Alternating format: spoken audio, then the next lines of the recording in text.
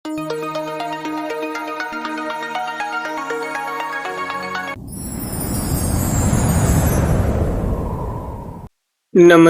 ગુજરાતના અધિકારી મિત્રો, આજે આપણે જોવાના છે 2 ઓક્ટોબર 2025નું મોસ્ટ ઇમ્પોર્ટન્ટ કરંટ અફેર્સ.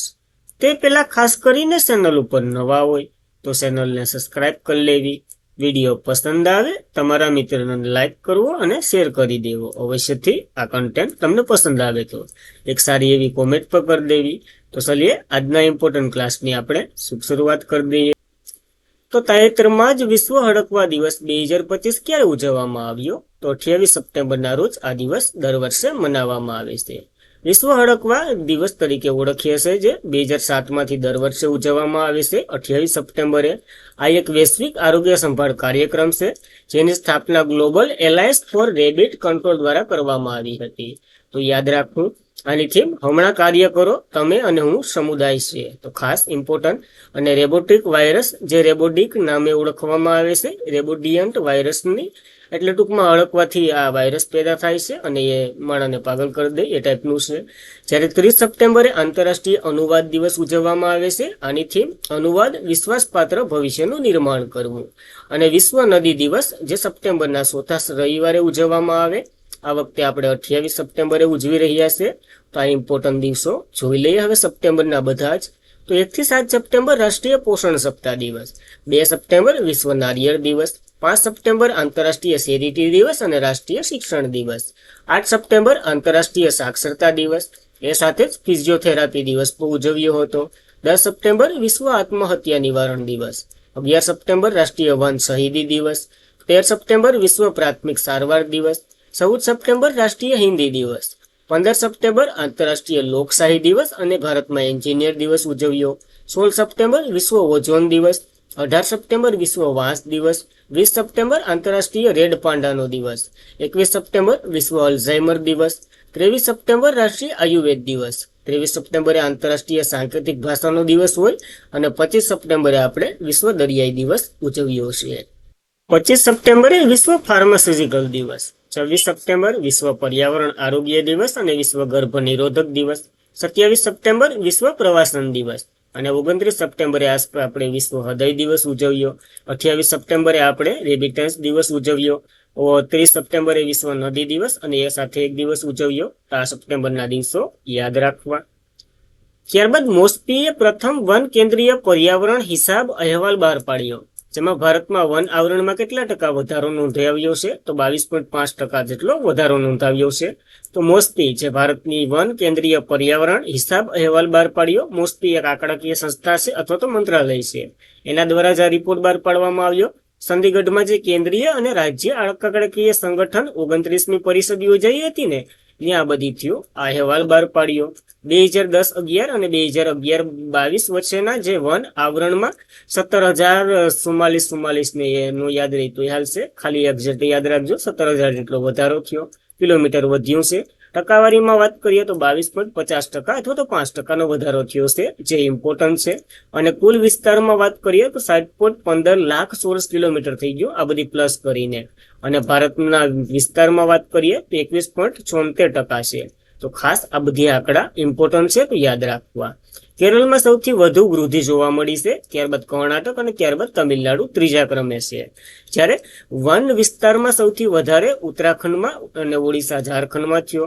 ઉડતા જથ્થા દ્રષ્ટિએ જીવંત વૃક્ષોનો ઉપયોગ જે લાકડામાં વગેરેમાં થાય ને, એમાં મધ્યપ્રદેશ પ્રથમ ક્રમે છે, ત્યારબાદ છત્તીસગઢ ને તેલંગાણા, મહારાષ્ટ્ર અને ગુજરાત ને વગેરે છે.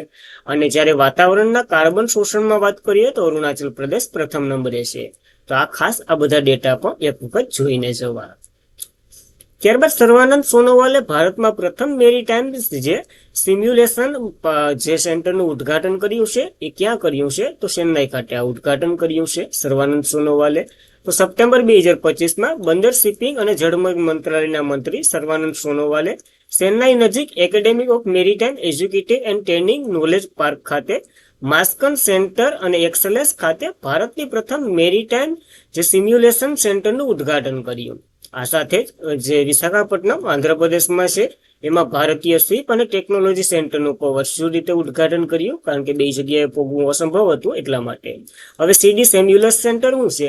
તો કે એક એવી સુવિધા છે જે વાસ્તવિક દરિયાના વાતાવરણ, જહાજો વગેરેને અનુકરણ કરે અને અદ્યતન ટેકનોલોજીનો ઉપયોગ કરે. ટૂંકમાં એક એવી ઓફિસ જેની અંદર તમે એમ જ થાય કે નહીં જહાજમાં જ બેઠા, તો યાદ રાખવું. ત્યારબાદ આંદમાન સમુદ્રમાં કુદરતી ગેસ મળી આવ્યો, જેની જાહેરાત આપણા કેન્દ્રીય પર્યાવરણ મંત્રી છે કેન્દ્રીય પેટ્રોલિયમ મંત્રી છે ને હરદીપસિંહ પુરી, એના દ્વારા કરવામાં આવ્યું કે આંદમાન બેસિનમાંથી કુદરતી ગેસ મળે એવી સંભાવના છે અને થોડોક મળ્યો પણ. લાંબા સમયથી ચાલી રહેલી આ શોધખોળને આગળ હવે વેગ અપાવશે અને આ કાઝા 295 મીટર ઊંડાઈમાં સ્થિર છે અને આની શોધ તો કે ઇન્ડિયન ઓઇલ લિમિટેડે કરી છે. તો ઇમ્પોર્ટન્ટ ધરાવે, ખાલી ફેક્ટ તરીકે યાદ રાખવું. પ્રથમ વખત આવું થયું છે જ્યારે કોઈ સમુદ્ર ટાપુમાંથી મળી આવ્યો ને, એટલા માટે ઇમ્પોર્ટન્ટ હતો. ત્યારબાદ કયા દેશમાંથી લાવેલા જે મુખી નામનો સીતો હતો એ ભારતમાં જન્મેલો પ્રથમ પુખ્ત સીતો બન્યો છે? તો આપણે ખબર જ છે, નામીબિયામાંથી પેલા જે 8 સીતા લાવ્યા હતા ને એ પૈકીનો એક હતો. તો કુનો નેશનલ પાર્કમાં આ સીતાને સ્થળાંતર કરવામાં આવ્યા હતા. સીતા જે પ્રવેશ કાર્યક્રમની એક સિદ્ધિ હાંસિલ કરી. ભારતમાં જન્મેલા માદા સીતાના જે માદાનું નામ શું હતું? તો કે જ્વાલા હતું, અને એને 4 બાળકોને જન્મ આપ્યો હતો. એ પૈકી એક મુખી એક જીવતરિયું હતું અને એ અત્યારે પુખ્ત અવસ્થામાં પહોંચી ગયું છે અને આ પહોંચનાર પ્રથમ બન્યું છે, એટલા માટે ઇમ્પોર્ટન્ટ. સોમવારે આ જાહેરાત કરી છે, તો યાદ રાખવું. 915 દિવસ થશે એ મુખીના, તો ઇમ્પોર્ટન્ટ છે. પ્રોજેક્ટ સીતાની વાત કરીએ. 17 સપ્ટેમ્બર 2022 ના રોજ 2022 ના રોજ નરેન્દ્ર મોદી નામીબિયામાંથી કુલ 8 સીટા લાવ્યા હતા, આપણને ખબર છે, તો યાદ રાખવા આ ઇમ્પોર્ટન્ટ સીતાઓ પર. ત્યારબાદ ભારતમાં ક્યાં વર્લ્ડ પેરા એથ્લેટિક ચેમ્પિયનશિપ 2025 નું આયોજન થઈ રહ્યું છે?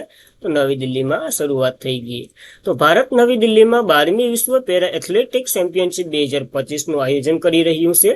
29 સપ્ટેમ્બરથી 5 ઓક્ટોબર સુધી ચાલશે આ ગેમ, અને પહેલીવાર આ પ્રતિષ્ઠિત ઇવેન્ટનું આયોજન કરી રહ્યું છે ભારત, જેમાંથી 16 દેશોમાંથી 1000 જેટલા રમતવીરો ભાગ લેવાના છે અને આનું આયોજન જવાહરલાલ નહેરુ સ્ટેડિયમ ખાસ છે ને ત્યાં થઈ રહ્યું છે. તો ઇમ્પોર્ટન્ટ વર્લ્ડ પેરા એથ્લેટિક ચેમ્પિયનશિપની વાત કરીએ, જે આંતરરાષ્ટ્રીય પેરાટ્રિક સમિતિ દ્વારા આયોજન થાય છે.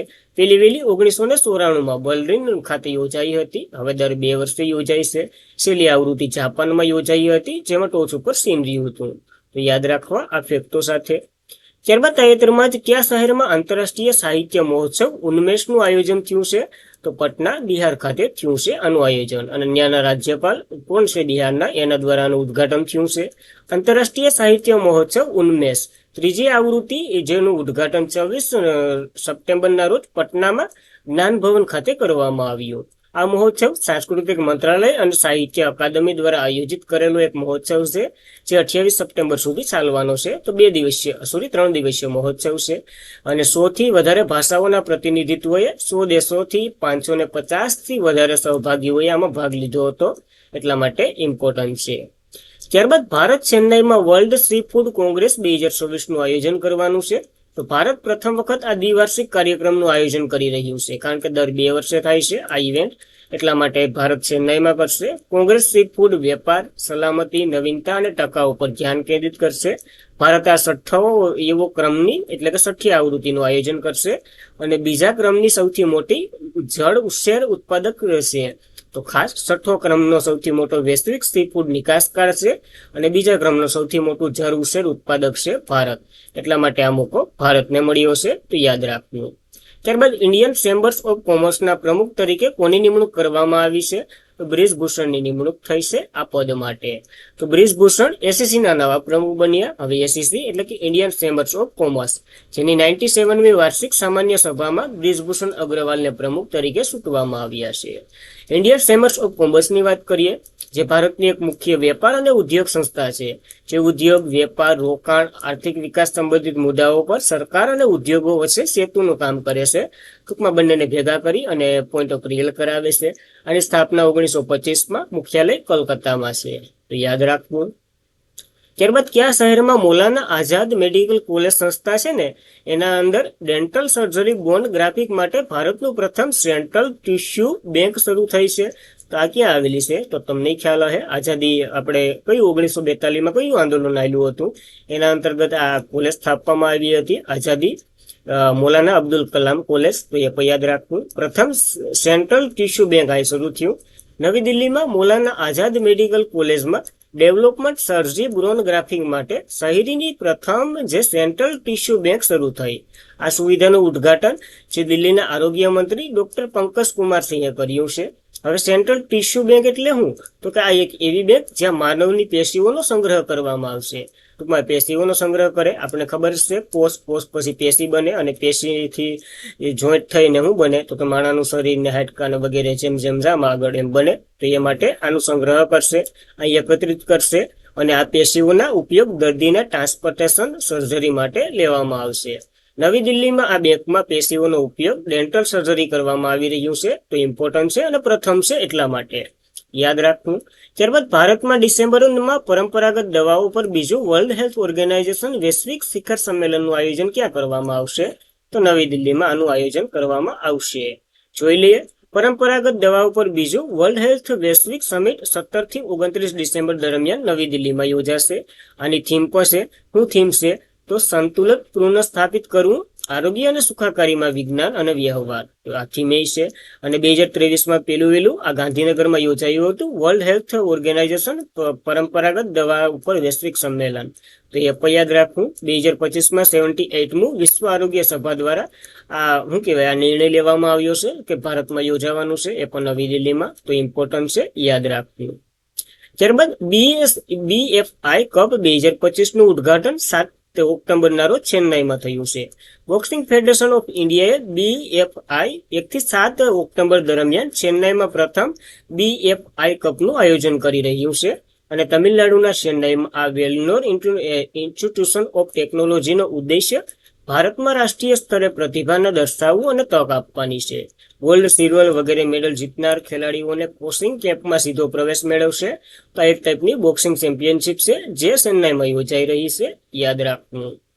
ત્યારબાદ આજના માટે એટલું જ હતું. ખાસ કરીને મિત્રો, વિડીયો પસંદ આવે લાઇક કરવો, તમારા મિત્રોને શેર કરવો, ચેનલ પર નવા હોય તો અવશ્યથી સબસ્ક્રાઇબ કરી લેવું, ટેલિગ્રામમાં જોડાઈ જવું. ડેઈલીની PDF, સ્ટડી મટીરિયલ વગેરે મટીરિયલ મુકાતી જ હોય, જાહેરાતોને વગેરેની. તો એના માટે જોઈન્ટ થઈ જવું. તો બસ આજની ઇમ્પોર્ટન્ટ માહિતી અહીં સમાપ્ત કરીએ આપણે. જય હિન્દ, જય ભારત, ધન્યવાદ.